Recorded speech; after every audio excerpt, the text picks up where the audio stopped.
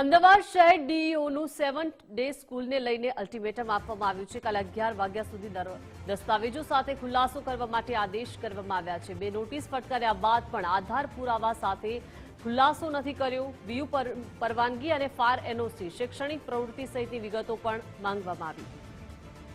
વધુ માહિતી સાથે સંવાદદાતા અર્પિત જોડાઈ ગયા છે. અર્પિત, અમદાવાદ શહેર ડીઈઓનું 7th ડે સ્કૂલને લઈને અલ્ટિમેટમ આપવામાં આવ્યું છે. દસ્તાવેજો સાથે ખુલાસો કરવા માટે આદેશ કર્યા છે. અર્પિત, અત્યાર સુધી 2 નોટિસ શાળા સંચાલકોને આપવામાં આવી હતી, પરંતુ હજુ સુધી સંતોષકારક જવાબ નથી મળ્યો.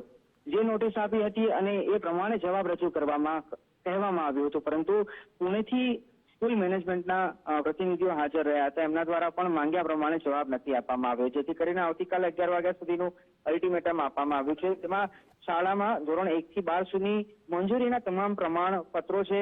વર્ગ વધારા મેળવેલ હોય તો તેની પ્રમાણિત નકલ, આઈસી બોર્ડ સાથે સંકળાયેલ આ શાળા છે, એટલે એની એનઓસી અને એ સંદર્ભના કેટલાક દસ્તાવેજો હોય, ડીયુ પરમિશન હોય, શાળાના ટ્રસ્ટનું ડીડ હોય, પીટીઆરની નકલ હોય, એવી લગભગ 10 થી 12 જેટલી વિવિધ મુદ્દા છે. એ મુદ્દા અને આધાર પુરાવા સાથે આવતીકાલ 11 વાગ્યા સુધીમાં હાજર રહેવા માટે કહેવામાં આવ્યું છે, કેમ કે હજુ સુધી શિક્ષણ વિભાગ દ્વારા શાળા સંચાલકોની સામે એવી નક્કર ઉદાહરણ સ્વરૂપ કાર્યવાહી નથી થઈ. એટલે માનવામાં આવી રહ્યું છે, કેમ કે આજે પણ વાલીઓ દ્વારા રજૂઆત કરવામાં આવી હતી, એટલે એક પ્રેશર ઉભું થયું છે અને એના કારણે એના પરિણામે જ આ નોટિસ આપવામાં આવી છે. અને બની શકે છે 1 સપ્તાહની અંદર શાળાની સામે કોઈ મોટી કાર્યવાહી થઈ શકે છે.